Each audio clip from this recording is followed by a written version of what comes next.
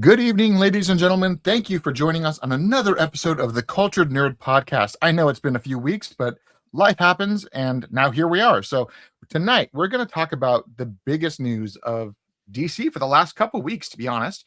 Scarlett Johansson apparently is joining DC. She said goodbye to Marvel, and she's joining the Batman Part 2 in an undisclosed lead role.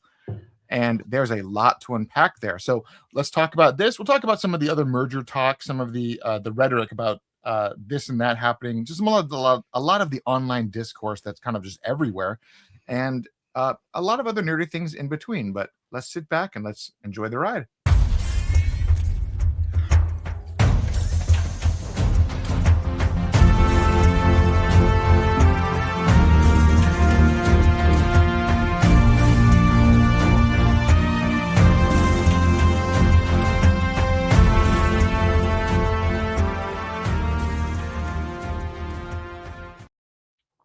And here we are.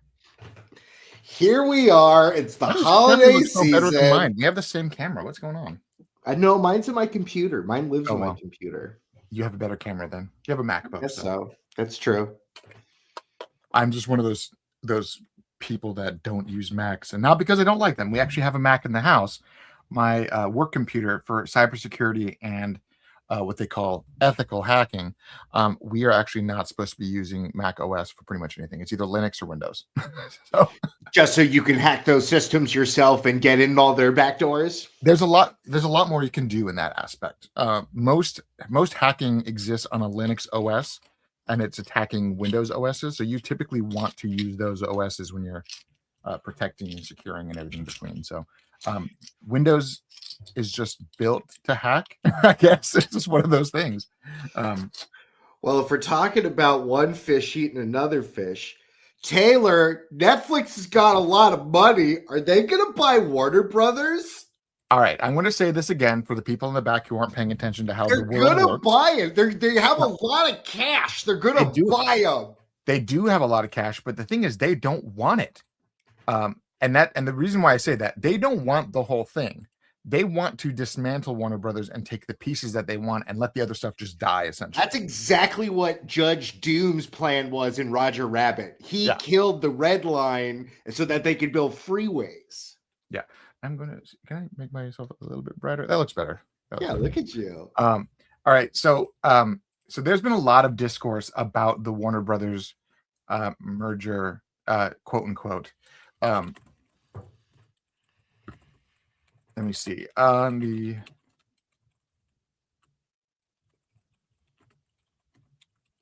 right. So we can kind of go into it. So since we haven't been here a couple weeks. I mean, we had stuff happen, then Thanksgiving happened. I had finals. Stranger Things happened. Yeah. Thanksgiving happened.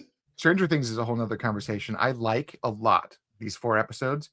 And I like the implications that they're making. And what do we have, like 5 episodes left? But each episode's like a movie. Yeah. And they're answering a lot of stuff very quickly, which is pretty cool. So what we know of with the Warner Brothers stuff. So the first initial bids came out. Warner Brothers, NBC. Warner Brothers was only offered by 3 companies. So all of the other rhetoric, only 3 made the final offers, which was Netflix, NBC Universal, which was Comcast, who owns NBC and Universal. Stop that. And then we had Paramount and Paramount, Skydance. They each raised their pitch. They put their pitches out, and they were denied. And then Warner Brothers is like, hey, these were all too low. We will give you guys a few days to reassess and offer something higher if you think it'll be enough, right? And again, Warner Brothers' stance on this whole matter is, we're going to entertain an offer if it sounds feasible, but every offer so far has not been feasible. And I think the reason they're doing this is they're just playing nice and they're playing politics, but they've said it before. They don't think it's going to happen. And they also don't think that the FTC will approve anything. And they're just going to move forward with their current plan of separating Warner Brothers from Discovery and let those two become their own companies, which was kind of what everyone wants. And being a shareholder and a family who actually has a stake in the studio, that's what we all want too. We want Warner Brothers to be Warner Brothers again and Discovery to go do its thing away.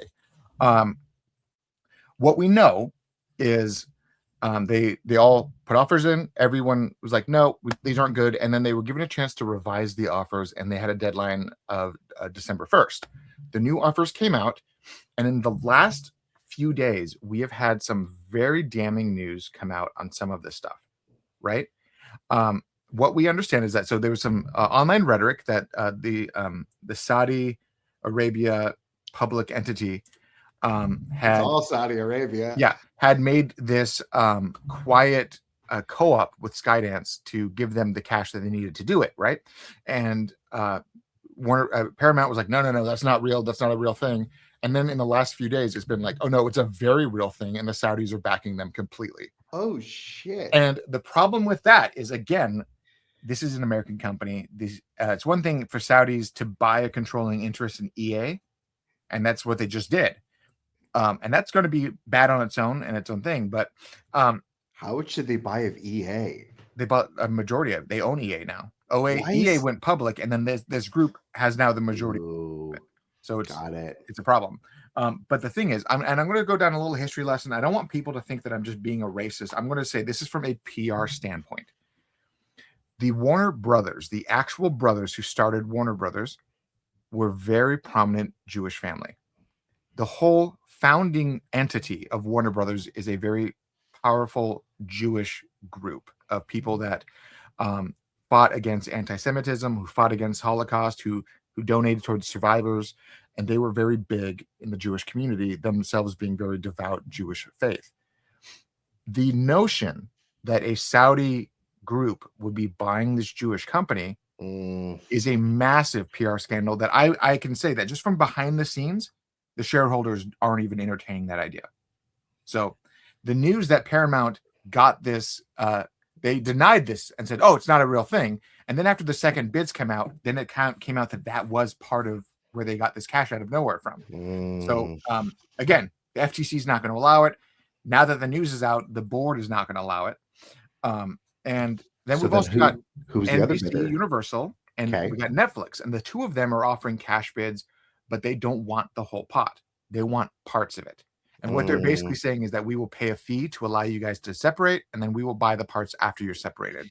NBC Universal wants Harry Potter back, and Yes. they probably aren't going to get it because Warner Brothers wants to keep those as the thing that holds you over as we're watching this new series. Yeah. And there's a lot of stuff there. And the thing is, Warner Brothers, they keep their valued pitches. They keep coming up with these numbers, and there's now breakup fees that are being added into it. The deals are now going up the upwards of $70 to $80 billion, and they're still being declined. And the reason why these offers are being declined is very simple. Everyone at Warner Brothers knows the actual truth here. The Warner Brothers studio, the lot itself, that's actually what that NBC and Netflix wants, is the Warner Brothers Burbank lot. Land. They want the physical land in Burbank. They want that. They want the historic studio, and they want the streaming assets for HBO and the HBO library and the Warner Brothers film library. Yeah, they want those Oz. They want Sopranos. They want all the good hitters. They want the things that makes HBO kind of a must-have for everybody, right? And Deadwood. All of it. I mean, HBO has always been known as like the gold standard of TV, right? Yeah. Even in their slumps, their TV has still been better than most, right? True Detective season 1, maybe not season 2. All of Game of Thrones, even up until the end of it, and now the new stuff, which is really good, the new stuff. So there's a lot that they want. And just today, I think the LA Times Paramount is pushing this idea that Warner Brothers CEO caused the sale to become an unsavory option by allowing a bias towards Netflix. And now he's playing this like dirty politics where he's saying that we were supposed to do this between us. Now they're opening it to other parties. Now it's a problem. And it's like they're trying to shift the narrative away from the fact that they got this cash backing from a company that is not going to do what needs to be done with the studio. Does Paramount just suck now? Like Paramount definitely sucks now, right? So it was one thing when a couple of years ago when Warner Brothers tried to buy Paramount and the FTC said no. But apparently the Ellisons don't understand that just a few years ago, things haven't changed. And in fact, they're bigger now that Skydance owns Paramount. So now it's a bigger conglomerate. And I don't think for a second that the FTC will even entertain this, because now we have news just today that unnamed A-lister Hollywood members are basically signing this gargantuan petition to basically say, do not allow Warner Brothers to be sold. They've already sent this. They're worried about the jobs. They've already sent this to like the FTC. We've got SAG, we've got WAG, we've got all the guilds all saying the same thing. Hollywood will die if you let these studios merge.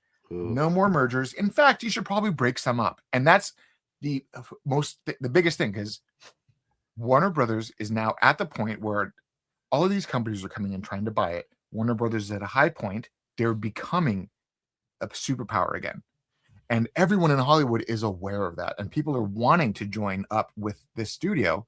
And they know that if another one of these things happen, like the Disney situation, where Disney lied through their teeth to get the deal to go through, and the moment it went through, everything that everyone objected to, saying they're going to do this, they're going to do this, they literally did. And the FTC is very aware of that. And I think easily, and you know what's wild is the Fox side of that production thing is probably some of the most watchable Disney content coming out right now. And that's the ironic part, is that Disney didn't do anything but buy the things that were doing better than them, and now they're kind of bastardizing them, which is pretty sad. But either way, here we are. So again, everyone who's saying that, oh, this is happening, all this rhetoric, it's nonsense, because the FTC is not going to give into it, because Hollywood doesn't want it. And if for any reason Warner Brothers says, yeah, we'll accept the offer, Hollywood would boycott to the point where these studios would die. And they would rather these studios die and new studios take their place to increase options than to let another superpower exist that would become just as bad and make the job markets harder for Hollywood. Well, this is an interesting segue, because here we are talking about Warner Brothers and them becoming a place where people want to work. What is Scarlett Johansson doing in a one-off elsewheres, which means she could do anything else she wants to in the James Gunn universe? Yeah. So what are we talking about? Because you showed the picture of the Ghost of the Phantasm movie. Yeah, Mask of the Phantasm. Okay, so what we have, so yesterday the news broke and went everywhere. Buddies of mine over at DC Films and Nexus Point News got the scoop of a lifetime, and they beat everyone by like 2 hours. They put this news out saying Scarlett Johansson is coming out and in final talks to join the Batman Part 2. And then within hours, everyone's like, oh, that's not real. That's not real. And the Deadline, the Hollywood Reporter, Variety, all started saying the same thing. Ooh. So immediately they were vindicated. Immediately people were like, oh shit, it's real, right?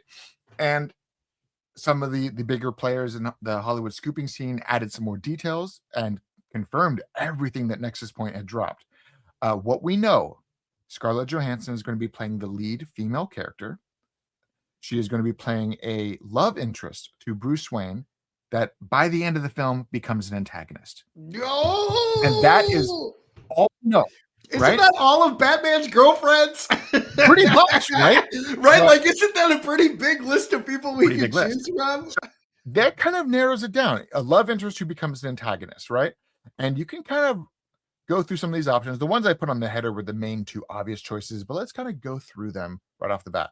First off, she could be Talia al Ghul. Yeah, unlikely, they could do it. They could do his version of it. Yeah. Unlikely, but possible.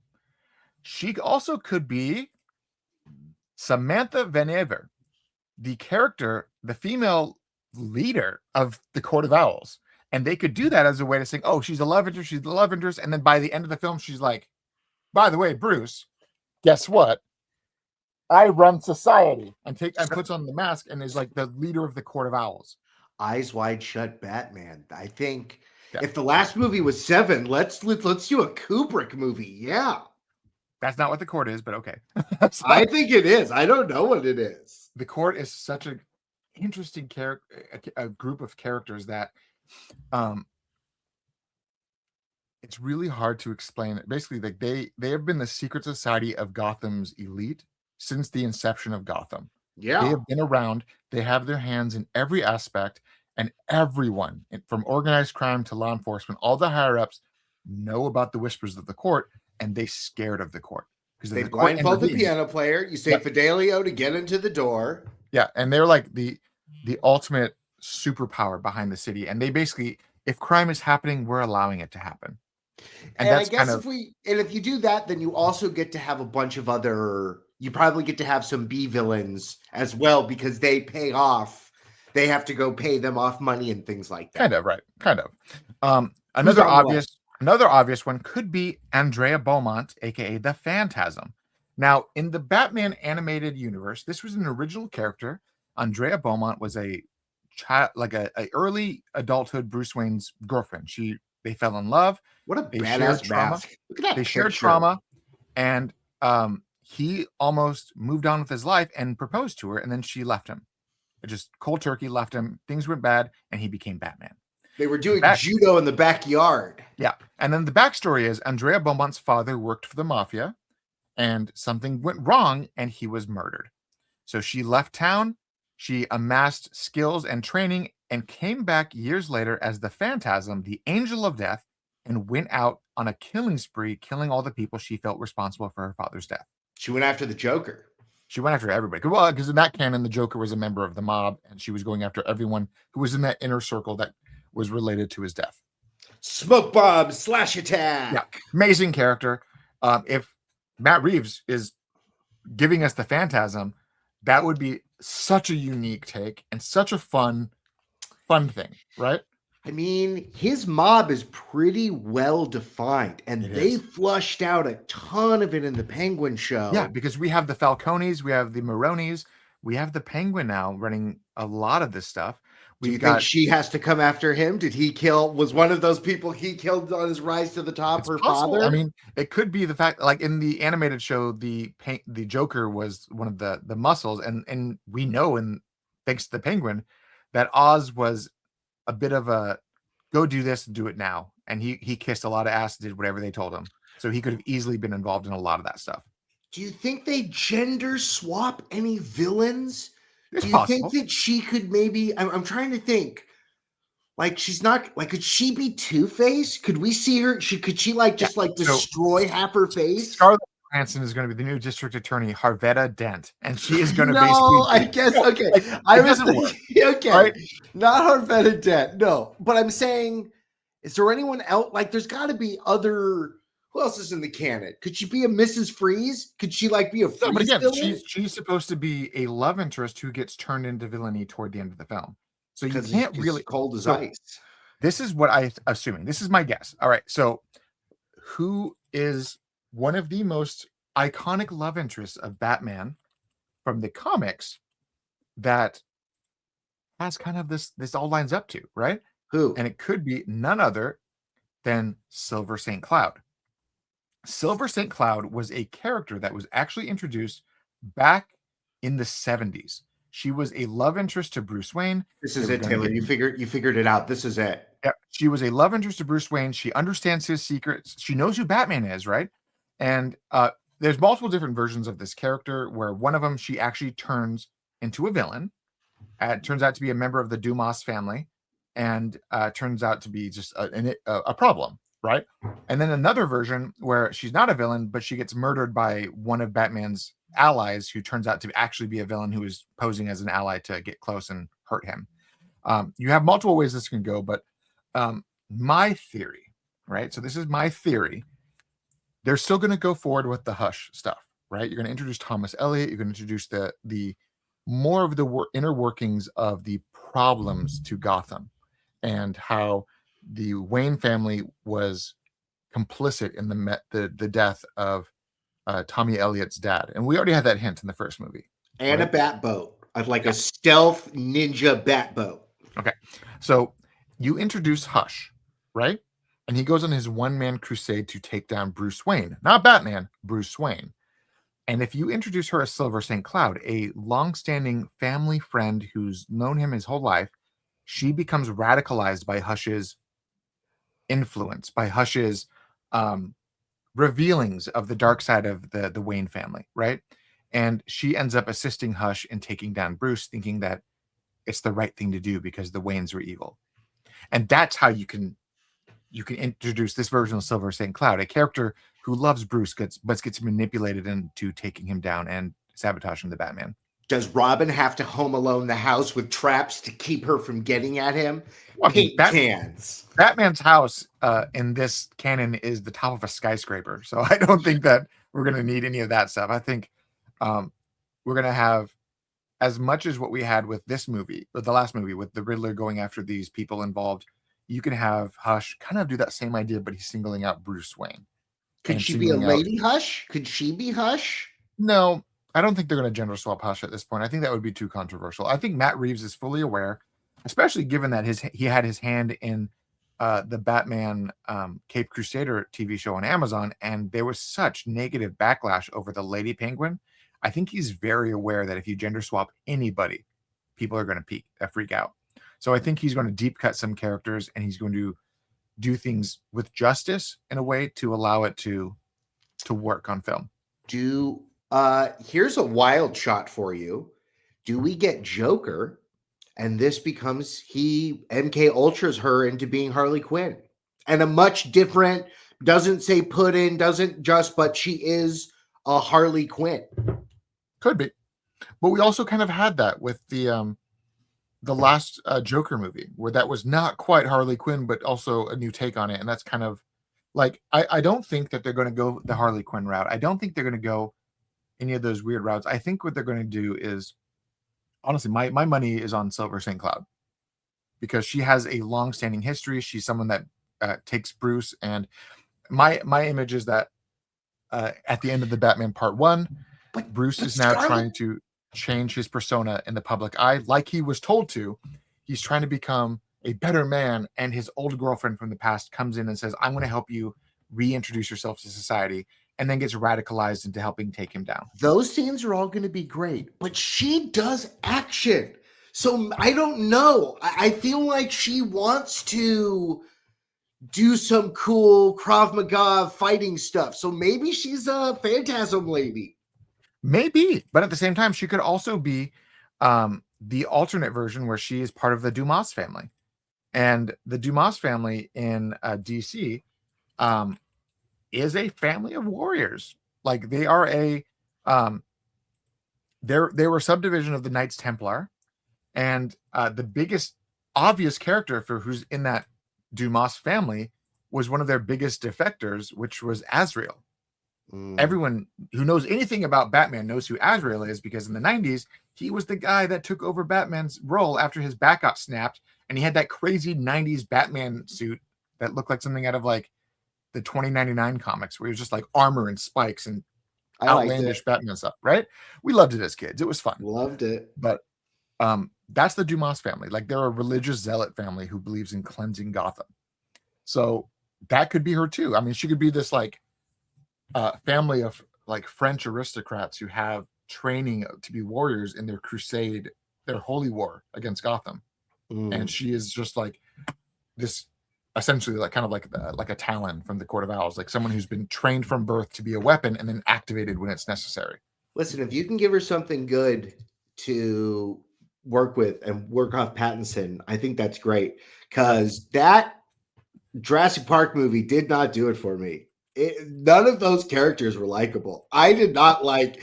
I was like, oh, I hope the mercenaries don't die. Like, there's not a likable person in that movie. It's very interesting because I liked some of it. It was a fun movie. I liked that they brought the horror stuff back. That was a lot of fun. Sure. Some of the designs didn't land for me. That weird raptor/bird thing, didn't love it because it had the turkey gobble on its neck, and I didn't like that. What was the dinosaur? The fairy dinosaur. It had like a magic ribbon tail. It would, when you would see the dinosaur, it had a ribbon tail attached to it. Are you talking about those big long necks? Yeah. And apparently the sex scene that they cut out of the movie because no one wanted to see the Brachiosaurus have sex. The Sailor Moon dinosaurs. Yeah, there was a lot of weird takes in that movie, but I did like the weird alien, like bulbous narwhal looking monster. Like, that was pretty cool. But I don't know. That movie was fun, but it was also like the weakest plot of the entire franchise. It was like a paragraph with a plot. So it feels like they wanted to do mercenaries versus dinosaurs, and somebody at the last minute was like, you gotta put a family in this. What is this movie you're making? Because the whole boat storyline is just to have something that's likable. Yeah, it was weird. But it is what it is. So, well, I think that's why she's done with Universal. Now she's running over here. But she's not, though. They're making another Jurassic World movie, and apparently she's coming back for that too. So good for her. Are they going to bring in? Are they going to go screaming back to what's his name and bring back the other crew of people? I don't even know how would that work. I did like how all the does Blue have to go fight that weird bulbous dinosaur? I don't know. I have so many questions of how they're going to do it, because even in the first few minutes of that new Jurassic World movie, they kind of undid the entire Jurassic World trilogy by saying all the dinosaurs are now dying because the world is inhabitable for them. So like it was such a weird, like they had all these big moments in the last ones, like the dinosaurs are out, the world is changing, and then it's like a footnote. Oh yeah, then they all died because it was too cold. Yeah, climate change, just normal. Our normal environment wasn't for them. So I was like, okay, well, that's one way to retcon everything in 30 seconds. That's fine. I feel like I want to see like Jurassic. Like, did you see that movie where Mel Gibson gets put in the Mexican prison? No. Okay, so I think it's called Get the Gringo. It all takes place in this one location. I want to see a movie where some village, they have a couple of dinosaurs, it's outlaw town, this gangster guy, he's got some dinosaurs, they got to go in there, or they get trapped in there. Like, I want to see the world be affected by this, because they're still just going to, they don't have to go to the dinosaurs, but they go to the dinosaurs. They've now done this 5 times. They go back to the dinosaurs.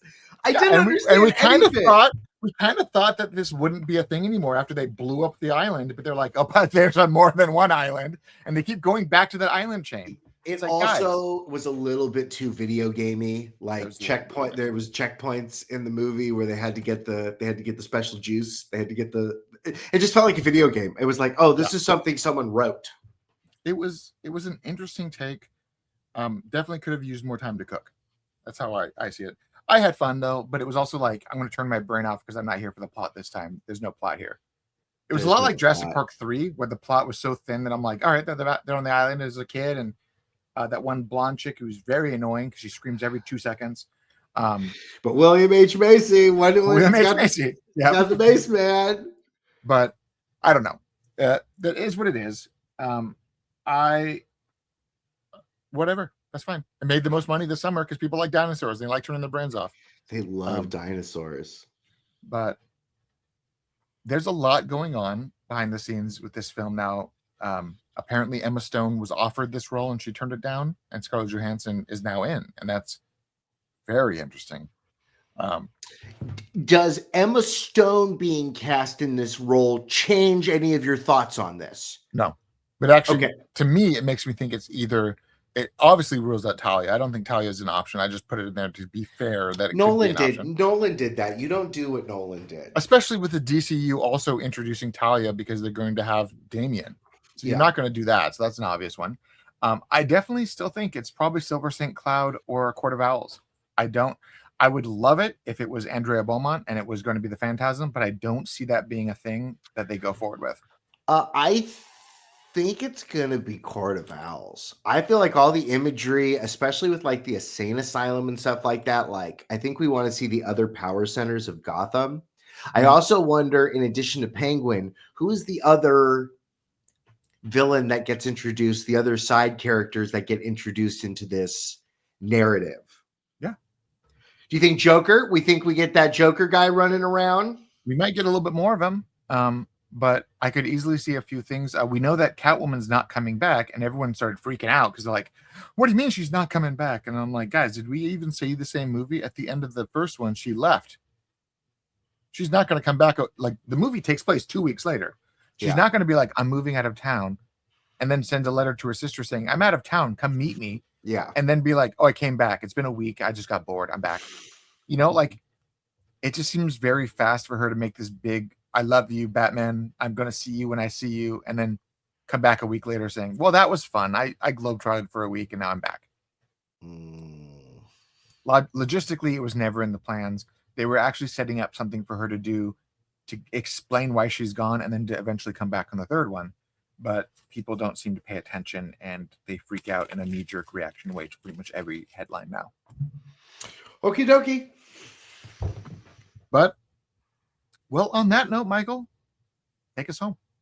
Taking us back to our homes. We're actually already at our homes. And if you'd like to support these homes, head on over to the patreon.com/theculturednerd. If you're watching this online, please like, comment, subscribe. Please do all the things. Share this with somebody that you want them to talk about all of these fine things with Batmans and things. Taylor Murphy is your host. Me, Michael Santella, is your co-host. Thank you so much for joining us. Drink water, eat food, take care of yourselves, and we'll see all you kids and cats next time.